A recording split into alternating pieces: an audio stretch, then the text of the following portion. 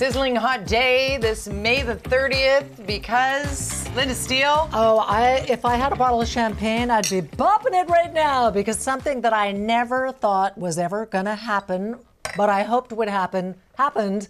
And that is the former president of the United States, Donald Trump, is guilty on all counts. 34. On all counts. And this is in New York, the hush money case.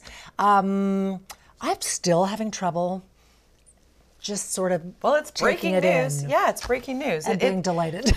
We're going to get deeper into this later because we're going to take you to New York. Reggie Cecchini, our correspondent here on the show, is there in the midst of all of it. How fun. Right? Like exciting. These are the days, right? Yeah.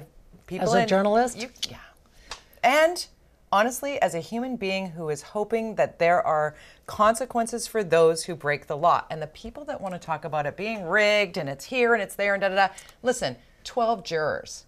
Yeah. I would like to salute those 12 jurors for doing their due diligence. It's a tough job, and they had to actually get pulled out of their lives, your jobs, your family, your dog, whatever your life situation is, and you had to sit and have Donald Trump glaring at you for weeks on end. And the intimidation that might come. We'll get into it all coming up on the show, so make sure you stay tuned in because that is going to be a full segment with Reggie Cecchini. Still makes me happy. Right? I mean, sorry. This one just it really does. I'm just delighted.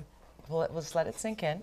Also, still to come on the show, we have a gift card to give away to a lucky viewer, and this time it is from the CHEK, which does delicious food. And so all you have to do to get in on that is send us a photo, tell us where you're watching us from, and email it to viewingparty@chekmedia.ca. And good luck. It's easy as that. Yeah. And we will give that away at the end of the show today. And if you want to get in for next week, follow those directions that Linda just laid out. We got lots coming up on this program, including a very important conversation with a different bit of a turn on the opioid crisis, because the Toxic, the documentary, is coming out. Well, and the reason we're sort of jumping off of it now is because this week some new information came out about young people, youth and children in this province. Look how many of them have died in the past 5 years from toxic drugs. That is why this documentary was put together called Toxic. Here's just a snippet of what you're going to see. We need to recognize that these people are ill, and we need to treat it as a medical issue and look at it as a national emergency, give it the funding and attention that it needs because it's not going away. The filmmaker, Robert Colburn, was going to be in studio, but he's also a cameraman at Global, and it was a very busy news day, so he's not in. However, recovering addict Guy Felicella is coming in. He's been on the show with us before. He has dedicated his life to now educating others and saving lives as a former addict himself. He's got an unbelievable story to tell. We're looking forward to having Guy on the show. Also today, you and I are going to have a chat about the mortgage pain that is coming for so many Canadians. I mean, it is really, really tricky because there are people in this country, 3/4 of the people who are holding mortgages, those mortgages are coming due in the next 2 years. And in some cases, the payments are going to go up 60%. Sticker shock. A lot of people saying that this could really hurt the Trudeau Liberals from getting reelected because people will blame them for the financial pain. All right, let's get to some hot headlines. This is a crazy story. We are so used to hearing about human trafficking in other jurisdictions around the globe, maybe at the southern border of the U.S., but here? Yeah, and we're talking smuggling specifically. A lot of people of Mexican descent have made their way into BC, and then in a couple of days they get loaded onto a freight train to head over to the States. And last year, in fact, they found a rail car that had 29 people in it, which is not safe. And so for a lot of people who say, oh, this is an American problem, no, it is a problem here in Canada too, and it's going to start to become a political problem for governments on both sides of the border. And you know how over these last years, through COVID, through everything, traveling has always been difficult, and then the airline industry getting back up to speed and losing your luggage, da-da-da. Well, now we've got this year's problem. Oh boy, I mean, check this out. The border guards, and there are thousands of them, 9,000 of them, have taken a vote to proceed with strike action. And that could happen as early as next month. And it could mean that when you cross the border, that they will, to slow everything down, ask you 7,000 questions to make sure it doesn't move. It could be a long, miserable season for a lot of people. And it could be really difficult for those small stores on the American side who really rely on Canadian shoppers. No question. Oh my goodness. Okay, so, and even here at home, just getting around some of the big infrastructure builds that are happening now. There was a cement workers strike before, in 2022, and now there might be. And the 2022 strike was a 5-week work stoppage, which has created major delays for a lot of big projects. Yeah. And now they're talking about going on strike again. Oh, man. So, as you know, we have a big problem with trying to get things built on time, and the delays make things more expensive, which Broadway is why subway line, Patello Bridge, Patello Bridge, like. Oh. Which is why there is some good news now, because the province is creating a permit hub. And I think not all communities are getting in on it right away. It's sort of a trial.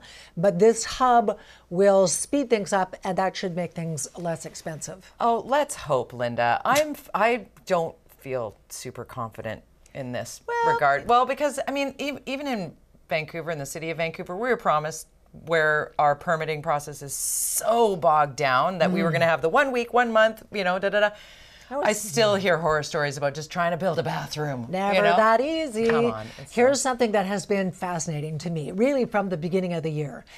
It was about our political situation with we're going to the polls in October. And I always said, whoever comes in second, the race for number 2 is going to be really the fascinating piece here. So we've had the BC United and the BC Conservatives attacking each other, and the BC United put out this sort of how about this, and they tried to get the Conservatives to do some sort of semi-merger thing, more like a non-compete. You run in this riding, we'll run in this riding, and the Conservatives were like, not going to happen. Yeah, no.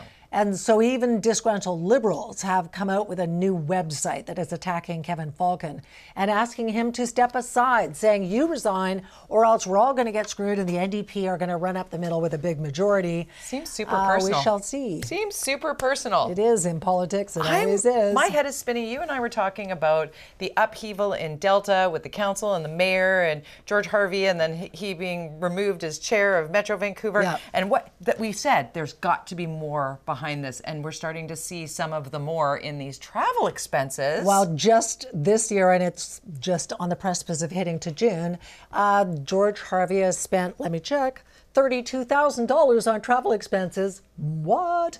And so now he's saying, okay, I won't go on that Amsterdam trip, which was to study diking. He said that I'm going to have to turn down that learning opportunity. It's like, okay, sure, turn it down. Because the last trip, was it to Australia, where 3 leaders went, and the 2 others spent between $7,000 and $9,000, and his was $17,000, and they all went to the same place. And a photo showed up of his wife holding a koala. I'm like, there's a lot here, guys. Did pay for that? Anyway, there's also something to worry about with climate change, and that is this giant doomsday glacier in Antarctica, which is melting, and in 20 years potentially is going to put a whole lot of coastal areas in a massive flooding situation. Vancouver being tagged as one of the ones most at risk, and I'm not hearing anybody talking about it except for the Vancouver Sun. I bet you there's a lot of people in Richmond going, uh-oh. Exactly. Right? Oh my goodness. Hey, we got lots to get to on the program. Later on the show, we're going to talk more about this historic guilty verdict. Stay tuned for that. Next, a new documentary about BC's overdose crisis is opening eyes and hopefully minds. A longtime former addict joins us next. And we also got to get to your viewing party. I love showing these photos. Don't we love these? Oh my goodness. Of course. Annette in Richmond, look at you on our TV. Funky glasses. I like them. Clarice in Langford, thanks for sending a photo. And Linda in New Westminster, hello there. And Shannon in Langley, thank you so much. You can send us a photo to viewingparty@chekmedia.ca. It's brought to you by the BC Restaurant and Food Services Association, the BCRFA. We're back in a moment.